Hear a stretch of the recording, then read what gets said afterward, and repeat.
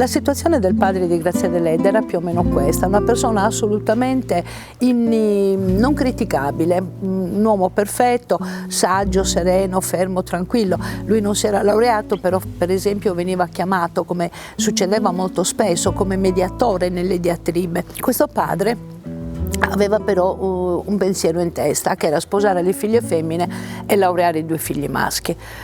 Inseguendo questo sogno lui li ha persi, nel senso che non ha capito di Sanctus, né Sanctus è riuscito a comunicare al padre. Ricordiamoci che comunicare a un padre è qualcosa di molto difficile, è il padre che dovrebbe farsi interprete del desiderio del figlio.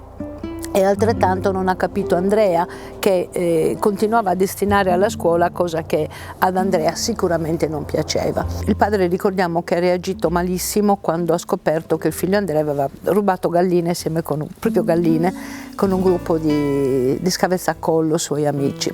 L'ha presa malissimo e comunque il senso del racconto è che queste cose non hanno fatto felice il babbo. Quindi il senso è che il babbo non ha capito il desiderio dei figli e i figli ne hanno tradito il suo desiderio. E quindi questi 2 genitori vedevano questi figli che stavano scappando da quelli che erano i canoni, o quelli canoni previsti anche per la rispettabilità, e non sono riusciti ad entrare in sintonia e in rispecchiamento emotivo con loro, per cui ognuno di questi figli ha fatto delle scelte ed è diventato altro. Enza, per esempio, aveva sicuramente difficoltà a controllare gli impulsi, voleva Gioamario e se l'è preso. Quando le zie, le arpie donne hanno parlato male di lei, ha fatto la grande crisi. Quando è andata a vivere con Gianmario nella casa che gli ha affidato la famiglia, era triste ed era scontenta, bisticciava in continuazione con Gianmario, poi è morta verosimilmente per un aborto. Beppa, pur di sposarsi, decide di prendersi il maestro di scuola, il direttore anzi della scuola, e così ognuna di loro, diciamo, ha un po' tradito quello che erano le aspettative di una famiglia piccolo borghese.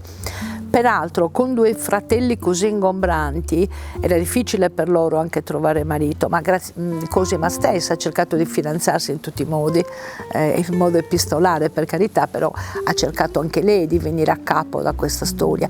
E Cosima, per andarsene via di casa, per uscire dalla Sardegna, è dovuta andare a cercare marito.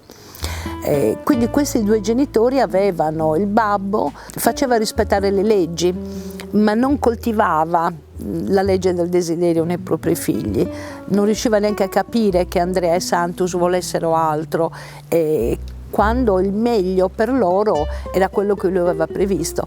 Ora però io mi chiedo quanti genitori ancora adesso non facciano lo stesso tipo di percorso, perché ogni genitore ha in mente un percorso per il proprio figlio.